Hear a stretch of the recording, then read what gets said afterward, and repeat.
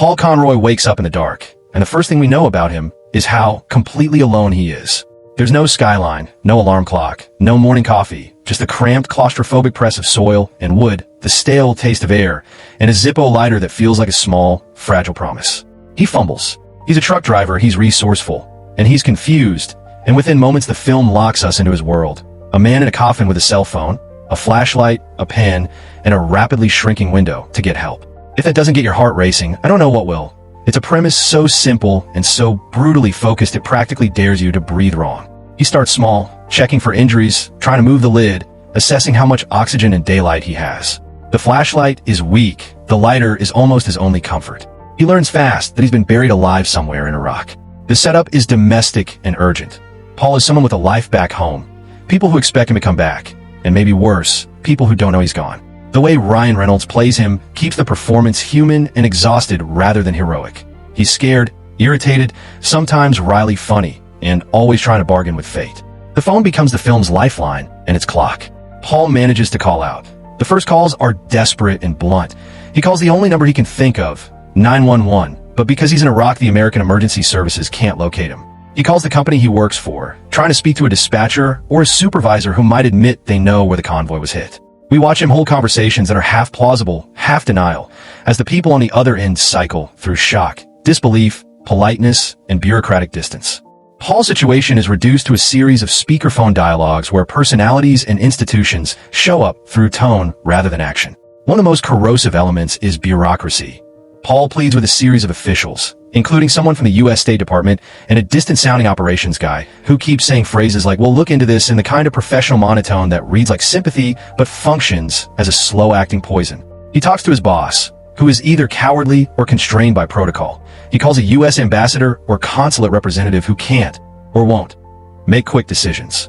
Each call peels away hope, and the tension is in the silence between responses or the delays while people consult and desk-bound gears grind. The kidnappers are also on the line at times, monitoring, taunting, instructing what needs to happen for Paul to be freed. They demand a ransom. They set a time limit. They are ominous, far less featured than the man on the other end of Paul's speaker, but no less threatening. Paul's relationship with those on the other end of the lines becomes the emotional core.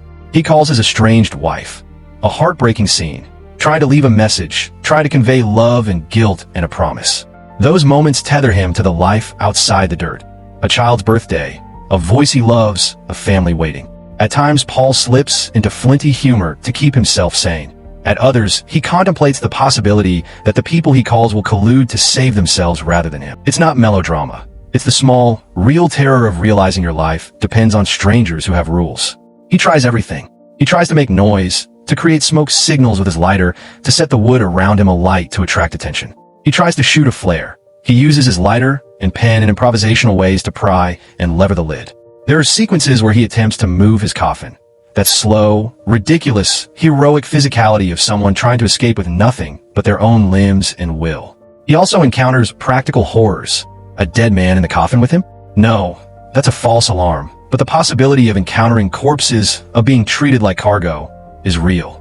He's aware of insects, of breath, of the way his environment is conspiring to make even thinking difficult. Outside, the movie teases rescue and withdrawal in equal measure. A bombastic moment arrives when a local rescuer or a sympathetic soldier appears to be mobilizing help. But then we're jerked back into frustration. How long will it take? Who's authorized? Who's willing to pay? The film does not glorify heroics. It skewers the way institutions make human life a matter of policy and dollars. At one point, Paul is told that ransom money is available, but the paperwork will take time. Another time, he's told that negotiations are underway, but must be kept secret to avoid danger. Each time, the camera pulls in on Paul's face and shows a man counting minutes, counting breaths, and counting the small betrayals of bureaucracy that amount to slow death. Paul's psychology unravels and reknits itself as the hours pass. He oscillates between rational problem solving, preserving battery life on the phone, rationing his lighter fluid, managing panic, and the raw emotional moments that reveal what he's leaving behind. He confesses to himself, records messages to loved ones, and tries to dictate instructions that might be helpful if someone were actually listening. There's a moving scene where he practices what he'll say to a child who may grow up thinking their father vanished. He imagines apologies, explanations, and ways to be present from the grave. It's quiet and gutting. The villains are both external and systemic. The kidnapper who arranges the burial is a presence mostly heard or inferred rather than seen, and that amplifies the dread. But equally villainous are the corporate and governmental actors who move slowly or with self-interest. There's a moment where a rosy bureaucrat on the phone offers sympathy but little action. A corporate rep worries more about liability than life. A military officer recites procedure with the same thinness. The movie is lean in cast, but expansive in critique. How do institutions respond when a single human life becomes inconvenient or expensive? As oxygen dwindles, details become sharper. Small items become monumental. A functioning phone notch a battery, a glow stick, a disposable lighter. The filmmakers exploit the single set constraint brilliantly by changing the stakes around these objects. Hall's voice becomes our entire map to the world. We learn about the outside by sound. Distant trucks, muffled voices, dogs barking, footsteps, and by what he tells us. Sometimes hope is the sound of machinery approaching. Sometimes it's just the wind. The film keeps pressure on by alternating technical survival with long, intimate monologues that remind you. You're stuck here with an actual person, not a concept. Toward the end, the movie ratchets in two directions simultaneously, tactics and despair. Hall devises plans to escape or at least be located, yelling, banging, trying to wedge wood, and even trying to set fire to the wood to smoke his way out. He is practical to the end, using every ounce of knowledge and cutting a truck driver with a lifetime of mechanics might possess. But oxygen is finite, and so is battery.